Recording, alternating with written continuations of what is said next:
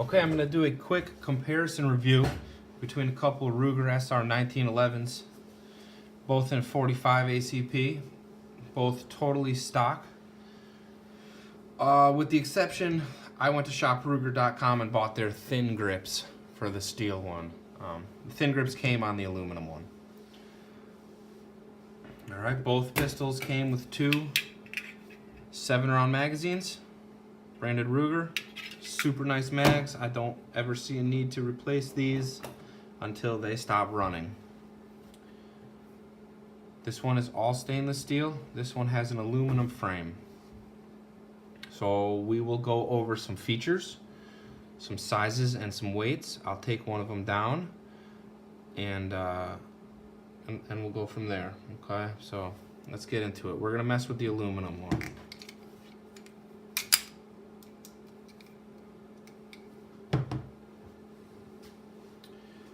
So features wise,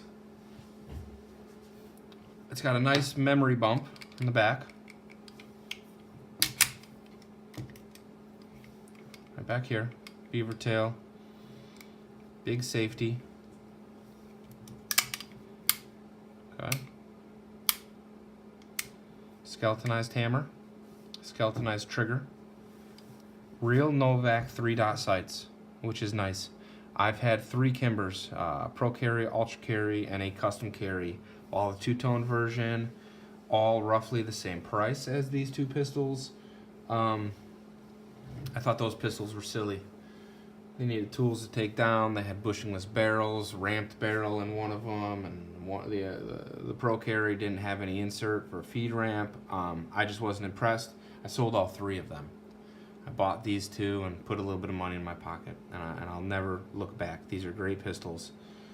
They are true 1911s in comparison to some other 1911s being produced today that veer away from its original design, we'll call it. Okay? No ambi controls. Magazine release button is reversible. So we'll take this one down and then we'll get into some weight and some specs. Okay, so safety on, hammer back, safety on, step number 1. Ruger provides you with a little bushing tool. I found that you don't need it. You can just sneak it past your fingernail. Okay, there's the spring cap. At this point, come over here, safety off. Push it back to its little channel. Pop your pin. At this point, it'll come right off. Now, this aluminum frame gun comes with a titanium insert. Right there. That shiny part in there. That's a titanium insert on the feed ramp to prevent your rounds from dinging up the aluminum frame. That's genius, in my opinion.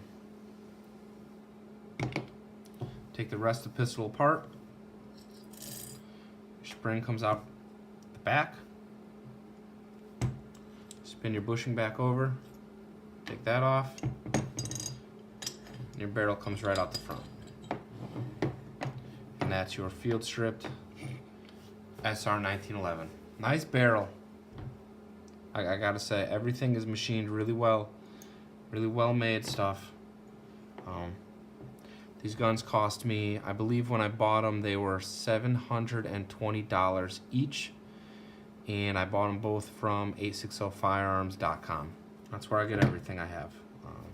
But if you watch some other videos, you already know that. And you already know that I'm a Ruger fan. Not that there's anything wrong with any other pistols, or any other pistols won't outperform Ruger in their own ways. I'm just a fan of Ruger. I feel like the broad spectrum of products that they make is pretty outstanding. So assembly of this pistol is the exact opposite. Barrel comes in from the front.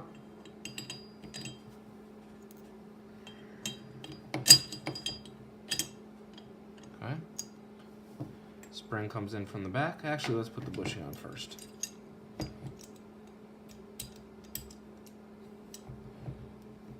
Now, people who own Glocks and SIGs and M&Ps and Springfields and all these easy pistols to break down, this is definitely a little bit more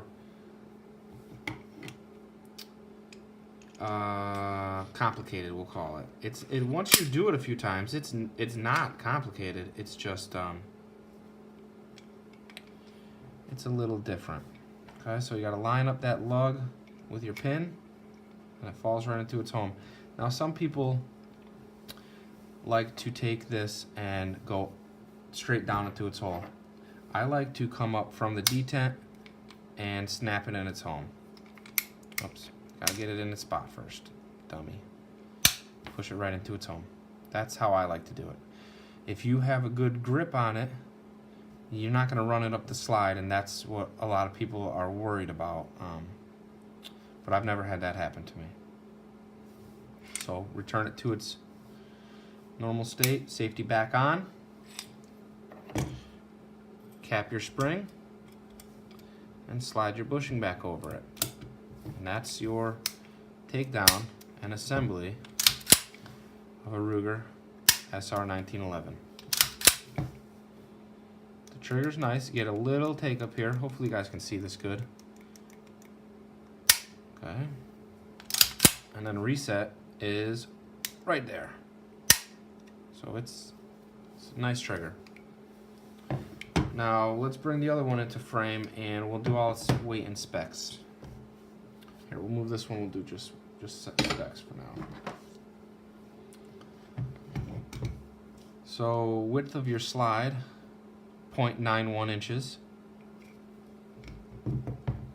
Width of your grips front to back, 2.03 inches. And remember, these are the thin grips from Ruger.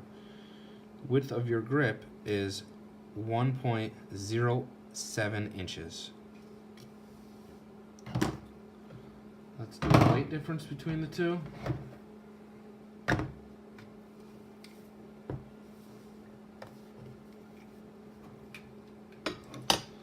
Weight of the stainless steel one with an empty mag, 35.95 ounces.